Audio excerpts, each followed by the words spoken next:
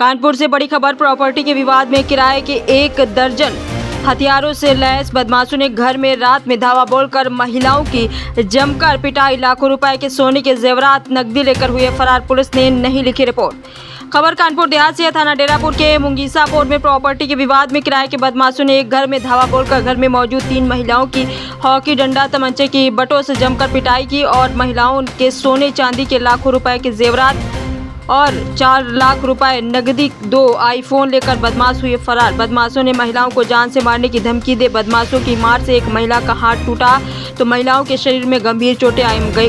घायल महिलाओं का सीएचसी डेरापुर में प्राथमिक उपचार के बाद मेडिकल कॉलेज माती किया गया रेफर। घायल महिलाओं का कहना है कि हमारे घर के पुरुष बाहर गए थे शादी समारोह में, उसी का बदमाशों ने उठाया फायदा। पीड़ित महिलाओं का कहना है कि थाना डेरापुर में प्रार्थना पत्र देने के बाद पुलिस ने नहीं लिखी है रिपोर्ट। पीड़ित महिलाओं का कहना है कि माननीय मुख्यमंत्री डीजीपी उत्तर प्रदेश से मिलकर न्याय की करेंगे मांग। पीड़ित महिलाओं ने शासन जिला प्रशासन से बदमाशों के खिलाफ रिपोर्ट दर्ज करवाकर कड़ी कार्रवाई की जाने की मांग की है। पूरा मामला थाना डेरापुर क्षेत्र के मुंगीसापुर का है। आइए देखते हैं आगे की रिपोर्ट। क्या नाम है? मेरा नाम आकांक्षा कटियार है। कहाँ रहती हो? मैं उरसान गांव की रहने वाली हूँ। अच्छा, ये जो आपके चोटें लगी हैं शरीर में, तो क्या प्रकरण हुआ था? मेरा एक भड़पुरा में मुंगीसापुर जो लगता है, वहाँ पर हमारा हाईवे पे एक प्लॉट था। उसमें हम प्लॉट में रात में 3 लेडीजें रुके हुए थे। मैं, मेरी सास, मेरी जेठानी, हम लोग रात में सो रहे थे। उसमें से बाउंड्री कूद करके 10 से 15 लोग आए, जिनमें से मैंने कुछ लोगों को पहचान लिया था। उसमें से थे शरद कटियार, मोहित कटियार और विनोद कटियार। उन लोगों को जब मैंने पहचाना, उनके हाथ में रॉड थी, चाकू थी और लाठी डंडे सब कुछ। उन्होंने हमें इतना मारा, बहुत ज़्यादा मारा। मारने के बाद में जब उसके बाद मेरी सारी ज्वेलरी छीन ली। हमारे पास 2 चेन थी, 2 अंगूठियाँ थी, कान की बालियाँ थी, हमारे पास नकदी 40,000 रुपये कैश था, 2 फ़ोन थे हमारे।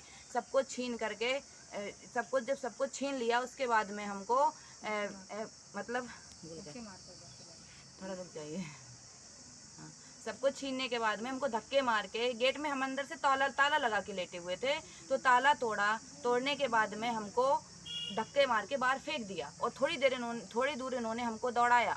फिर दौड़ाने के बाद में हम लोग भागते हुए, हम सबसे हेल्प मांग रहे थे, किसी ने भी हमारी हेल्प नहीं की। इसके बाद आप थाने गई? हम सबसे पहले चौकी गए, चौकी से में भी हमारी कोई सुनवाई नहीं हुई। फिर हम थाने गए। जब हम थाने पहुंचे, थाने में भी हमारी कोई सुनवाई नहीं हुई।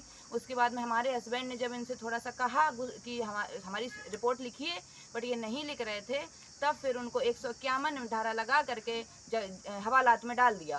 पूरा दिन पूरी रात इनको हवालात में रखा।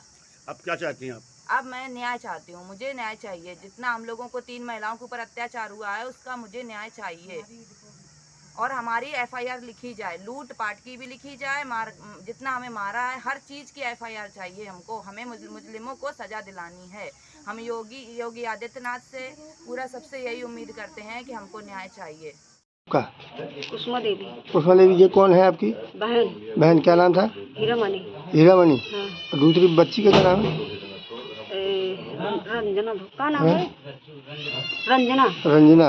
अच्छा, क्या हादसा हो गया? क्यों फांसी लगा ली दोनों ने? भला हमें क्या मालूम। वैसे कोई लड़ाई झगड़ा होती थी क्या? वो अपने घर में रहती है, हम अपने घर में रहते हैं। अच्छा, आपकी बहन है? हाँ। जी, ये बताओ, लड़ाई झगड़ा होता था कोई? मालूम नहीं। हाँ, बहुत दिन में, काफी 2-2, 3-3 महीने में हम लोग कहीं मिलते थे शादी शुदा में। नहीं कुछ बोलती नहीं कि कहाँ हुआ कहाँ नहीं हुआ, कुछ बताते नहीं थे। अभी देखो, ये खटपट तो होता ही रहती है हर घर में। अच्छा, ये आपके बहनों क्या करते हैं?